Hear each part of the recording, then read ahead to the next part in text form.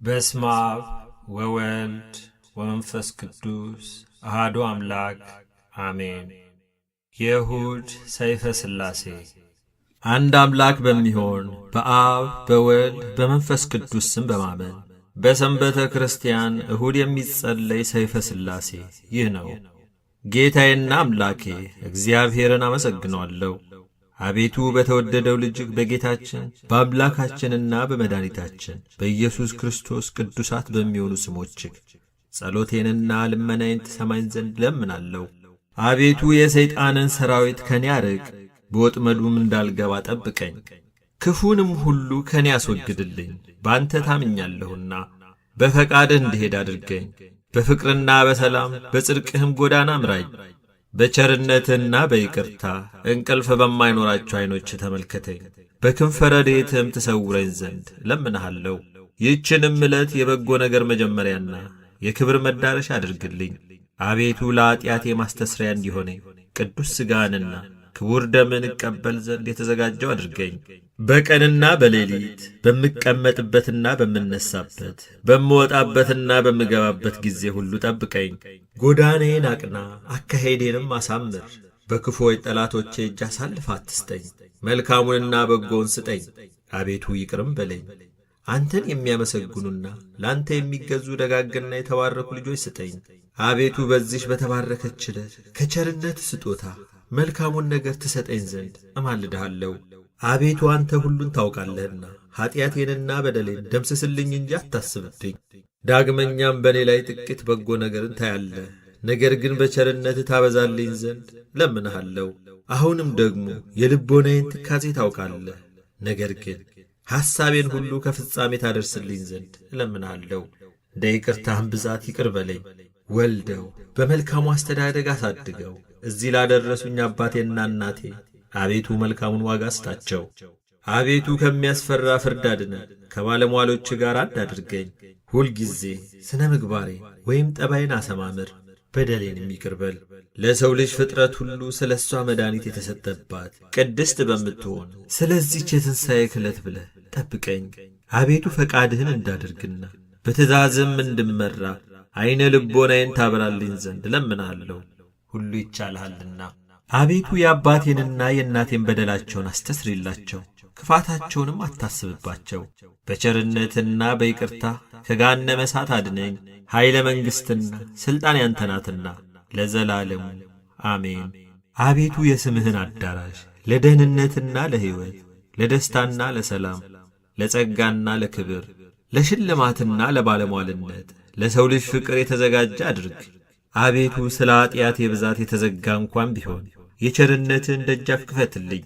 አቤቱ ስለ በደሌ የተከፈተውን የመዓት በር ዝጋልኝ። የለመነ ይወስዳል፣ የፈለገም ያገኛል፣ በርም ላንኳኳ ይከፈትለታልና። አቤቱ ይቅርታህን እሻለሁ፣ ወደ ጌትነት አዳራሽ ገባ ዘንድ የቸርነትን በር አንኳኳለሁና አቤቱ ክፈትልኝ። ቸርነትን ባስቈጣም እንኳን በዐይነ ምሕረትህ ተመልከተኝ። ምሕረትን የተመላሽ ቀኝህም ትዳሰኝ። አቤቱ የመዓትህን ጽዋ በላዬ ላይ አታፍስ። ለጥፋት የተዘጋጀ የኀጥኣንንም በትር በእኔ ላይ አታንሣ። በጽድቅ ገሥጸኝ፣ በቸርነትም ጐብኘኝ እንጂ እስከ ዘላለሙ አሜን። አቤቱ የጽድቅ መገኛ ሆይ ከአንተ ዘንድ ጽድቅን እሻለሁ። አቤቱ የትዕግሥት መዝገብ ሆይ ትዕግሥትን ታድለኝ ዘንድ እሻለሁ። አቤቱ የጥበብ መገኛ ሆይ ከአንተ ዘንድ ጥበብን እፈልጋለሁ። የማይዳሰስ የማይጨበጥ ነበልባላዊ አንደበት፣ መለኮታዊ ፀሐይ፣ ልዩ ሦስት የምትሆን አብ ወልድ መንፈስ ቅዱስ ሆይ እነሆ ቅድመ ዓለም አነዋወርህ አይመረመርም። የጥበብ መሠረቷ የምሕረት አባቷ ሀገርህ ሀገረ ሕይወት ከተማህም የመድኃኒት ከተማ ነው። የእውነት መገኛ የአእምሮ መፍለቂያ የንጽሕና አዳራሽ የደስታ መሰሻ የጽድቅ አቀነባባሪዋ የኢየሩሳሌም ሙሽራዋ ገነትን ያበጃጅሃት መንግሥተ ሰማያትን ያዘጋጃት ሆይ ነግህ ጽባጽባም የምትባል አንተ ነህ። ምስጢርህ ከሰውና ከመላእክት ከማንኛውም ፍጥረት ሁሉ የተሰወረ ነው። አንተ ብትችል እንጂ የማይችሉ፣ ብትፈጥር እንጂ የማይፈጥሩ፣ ብትገዛ እንጂ የማይገዙህ ነህ። ሰማይም በማይዳሰስና በማይታይ ረቂቅ ነፋስ በስፋት ፈጠርካት። ምድርንም በሰፊ ባሕር ላይ በትእዛዝህ ፈጥራ አጸናሃት።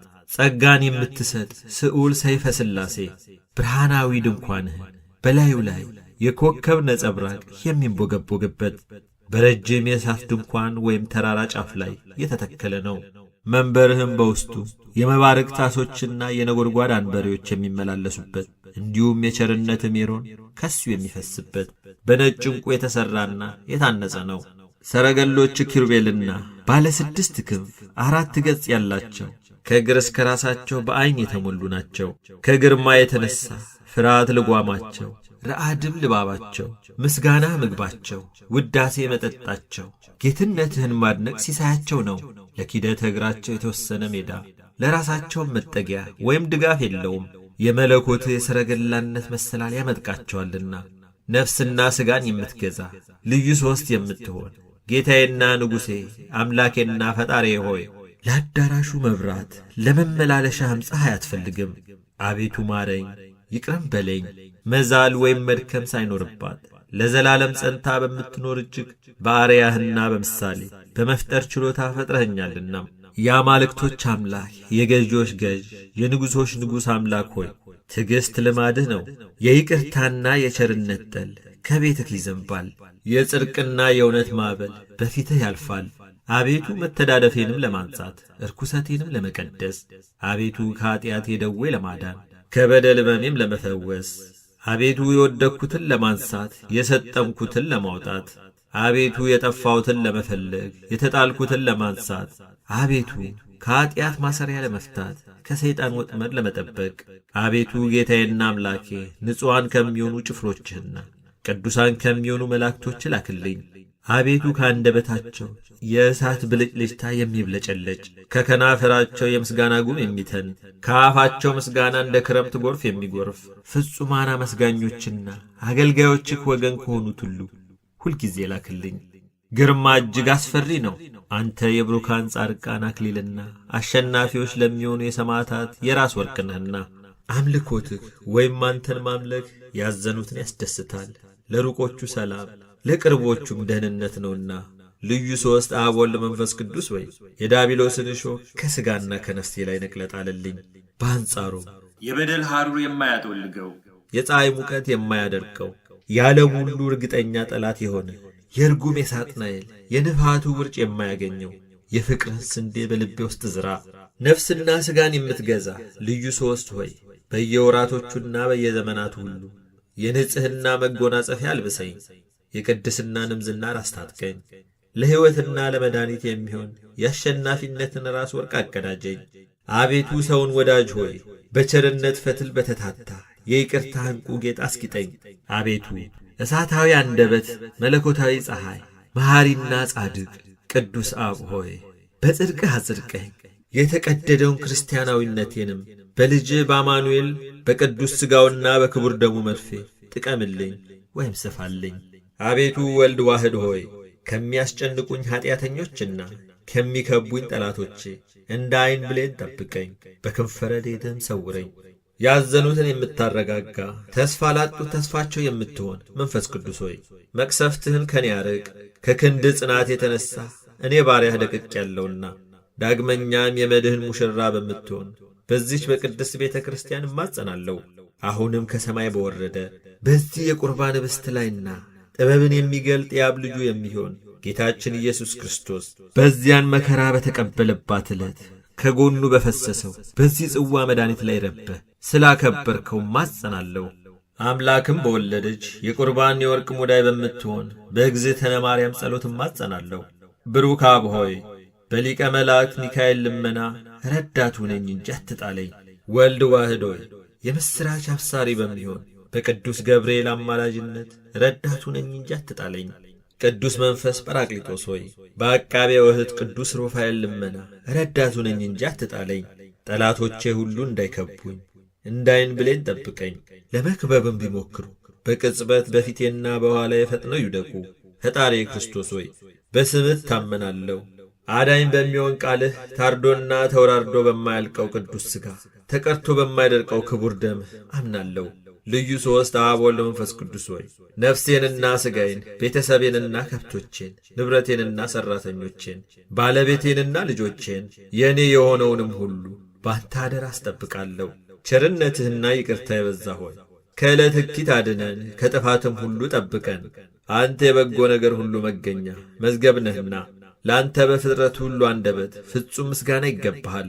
በመለኮት እናት በድንግል ማርያም አማላጅነትና በታላቁ ሰማዕት በቅዱስ ጊዮርጊስ ጸሎት በየጊዜውና በየሰዓቱ በእኛ ላይ ምሕረት ይደረግልን ዘንድ ፈቃድክ ይሁን።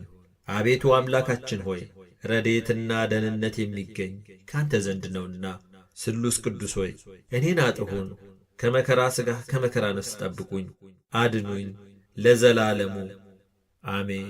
በእውነት ታምረ ሥላሴ ይቅርታቸውና ተረድኤታቸው ከእኔ ከወዳጃቸው እንዲሁም ከሕዝበ ክርስቲያኑ ጋር ለዘላለሙ ይሁንና፣ ሥላሴ ያደረጉት ታምራት ይህ ነው።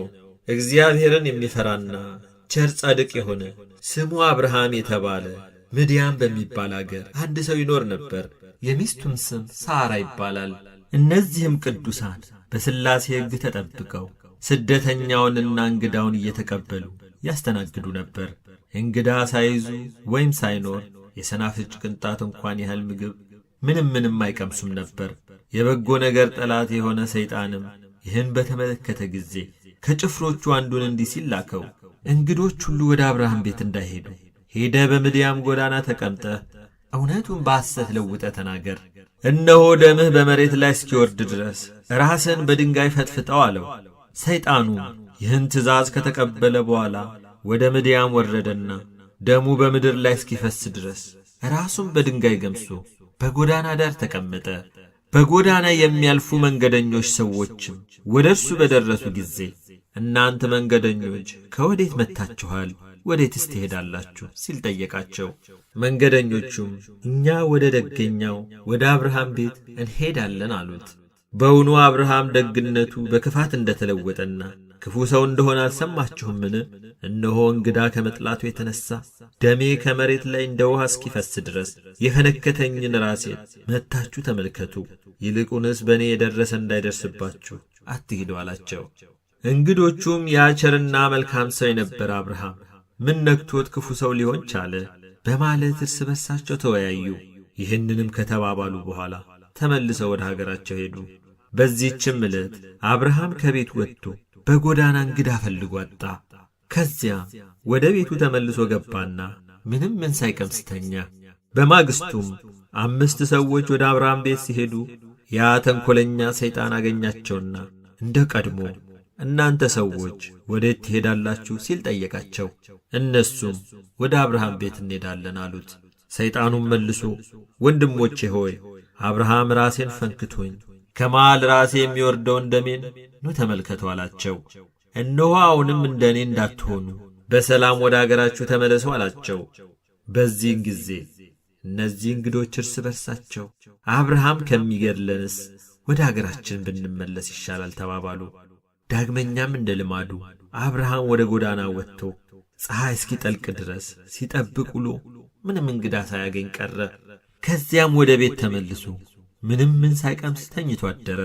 በሦስተኛውም ቀን አጋዕዝተ ዓለም ሥላሴ የአብርሃምን የልቡን ቆራጥነትና የሰይጣንን ተንኰል ተመልክተው ወደ አብርሃም ቤት ሄዱ። በዚህ ጊዜ የሰይጣን ምክሩ ሁሉ ተሻረ። ይዘውም ወደ መጨረሻይቱ የሲኦል ረግረግ ጣሉት። እኒህ ሥላሴ በእንግዳ ደንብ በአብርሃም ቤት በደጃፍ ተቀመጡ። አብርሃምም በደጁ እንደ ተቀመጡ በተመለከተ ጊዜ ወደ ቤቱ ሮጦ ገብቶ ለሚስቱ እንዲህ ሲል ነገራት። እነሆ የከበሩ አረጋውያን 3 እንግዶች መጥተውልናል። እንግዲህ አንቺ ፈጥነሽ እንጀራና ወጡን፣ ጥሩውን ጠላ፣ መልካሙን ጠጅ አዘጋጂ፣ እኔም የወይፈን ፍሪዳ አርዳለሁ አላት። ሳራ ሚስቱም እሺ ጌታዬ እንዳልከኝ አደርጋለሁ አለችው። ዳግመኛም እርጎውን ማሩን እንድታዘጋጅና ለእግራቸው መታጠቢያ ውሃ በምንቸት ታሞቅላቸው ዘንድ አዘዛት። ከዚህም በኋላ ለእያንዳንዳቸው ለየራሳቸው 3 ታላላቅ ዳቦ ትጋግር ዘንድ አዘዛት። አብርሃምም ይህን ከተናገረ በኋላ ወይፈኑን አርዶ ሥጋውን በየብልቱ አወጣው። ከዚያም የታረደውን የወይፈን ሥጋ በትከሻው ተሸክሞ ወደ ቤቱ ይዞ ከገባ በኋላ ለሚስቱ ሰጣት። እኔ እግራቸውን እስካጥብ ድረስ ይህን ሥጋ ቅባቱን በዛ አድርገሽ በጨውና በቅመም አጣፍጠሽ ስሪው አላት። እርሷም እሺ በጅ አለችው። አብርሃምም ከቤቱ መድረክ በስተውጪ ሥላሴን ባገኛቸው ቦታ ላይ ልብሱን አነጠፈና ጌቶቼ እግራችሁን አጥባችሁ ዘንድ ወደ ወንድማችሁ ቤት ዝለቁ ግቡ አላቸው። ከዚህ በኋላ ተነስተው ወደ ድንኳኑ ወይም አዳራሹ ገቡና ባነጠፈላቸው ምንጣፍ ላይ ተቀመጡ። በዚህ ጊዜ የአብን እግር ማጠብ ጀመረና አብን ካጠበ በኋላ ወልድና መንፈስ ቅዱስም ታጥበው አገኛቸው። ያለ መለየት አንድ ናቸውና በዚህ ጊዜ ማዕዱን በገበታ ሰርቶ ወይኑንም በማድጋ ቀድቶ አቀረበላቸውና እስኪጠግቡ ድረስ በሉ ጠጡ። ማዕዱ ከተነሳ በኋላ ለእንግዶቹ ራት የታረደውን ወይፈን በቤቱ በራፍ ፊት ለፊት ከውጭ በኩል ቆሞ አየው። አብርሃምም ይህን ወይፈን ባየ ጊዜ ፈጽሞ ፈራ፣ ተንቀጠቀጠ። በዚህም ጊዜ ሥላሴ አብርሃም ሆይ ሰይጣን እንደ ቀናብህ ጠንቅቀህ እወቅ። እንግዳ በመጣል ጊዜ በብሩህ ልቡናና በንቁ ሕሊና ሆነህ ተቀበለው። ነገር ግን እንግዳ ካልመጣ ራትህን በየጊዜው ብላ፣ መጠጥህንም ጠጣ እንጂ ጦምህን አትደር አሉት። ይህንንም ተናግረው እኒህ በአምሳልና በሕልውና ትክክል የሆኑ ሥላሴ ወደ ሰማይ አረጉ።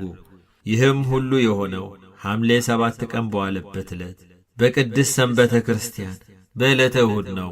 የምድያም ሰዎችም ስለዚህ ለምግብ ከተዘጋጀ በኋላ ሥላሴ ስላስነሱት ወይፈን እንዲሁም በሥላሴ ዘንድ በተደረጉት ድንቅ ድንቅ ሥራዎች ሁሉ ፈጽመው አደነቁ።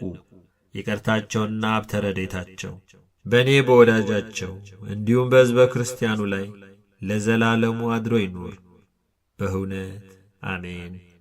አነሳስቶ ላስጀመረን አስጀምሮም ላስፈጸመን ለልዑል እግዚአብሔር ፍጹም ምስጋና ይግባው። አሜን።